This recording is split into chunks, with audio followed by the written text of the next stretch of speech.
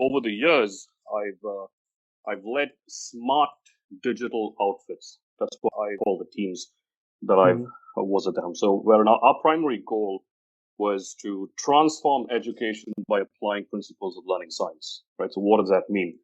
We assess how the students learn, the status quo, and how we can help them learn better by leveraging some of the newer frontiers of knowledge, which spans domains such as cognitive science, brain science, and learning science, and data science, and what have you, right? So we strive to understand the known knowns, as I call them, in these aforesaid areas, and then apply that understanding, obviously grounded in academic research, to the digital educational context, right? So all of the digital products, the EdTech programs that we've developed for our clients, be it on the D2C side, on the B2B2C side, with an EdTech, obviously, would underpin this philosophy, right? So we as product developers, we understand how the brain, for example, takes in information, how it processes that knowledge, how it stores and recalls information. So we can help students or learners learn more efficiently by tailoring instruction according to all of these functions.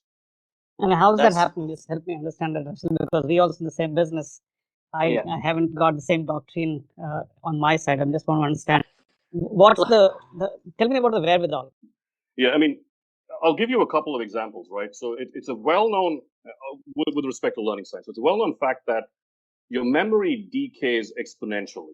And so what does that mean? So when you see some item of knowledge for the very first time, right, unless and until something momentous happens, it goes into your short-term memory and then it dissipates, right? So one of the challenges in education is how I, as a student or a learner, can acquire knowledge and then retain that knowledge for the long haul, right? So most of your current techniques, both from an instructional standpoint and also from a learning standpoint that we all use, are not optimal, right? So we cram right before the exam, we highlight key terms, we incorporate rote learning techniques and what have you.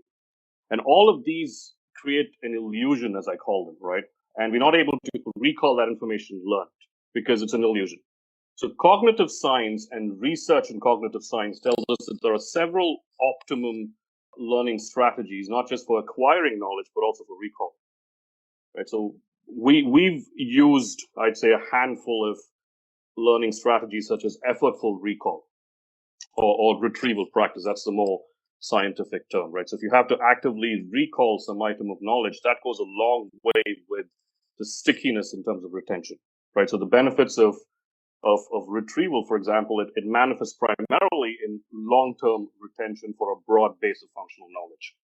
And so another strategy that we've used extensively in products is space practice. So you space or you space your practice of recall across a multitude of sessions, as against having one long-form assessment at the end of a lesson or a module. So you have formative assessments that are contextually embedded at the end of each concept. So we break down the concepts into the core concept and then the sub-concept and the micro-concept. And then you go ahead and incorporate formative assessments to gauge the student's mastery level before they move on to the next set of concepts, right? So these are the type of learning science powered strategies that we've incorporated in products that we've developed. So the learning science driven approach is at the heart and center of what we do. Right? And from an R&D standpoint, we had several instruments that we've developed in-house, like there's one called the Cognitive Feasibility Index that evaluates learning resources and learning assets that we develop at the micro level.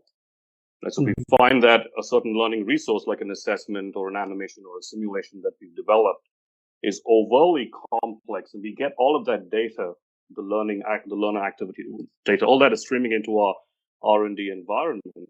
And if the cognitive feasibility index is beyond a certain threshold, we would go ahead and revisit that item of knowledge and either have it updated or replaced or one of those things, right? So we also have another tool called the Learning Performance Monitor, which basically gauges the student's mastery level of proficiency or predefined proficiency levels. So we've got these learning instruments and all of the content these days are instrumented.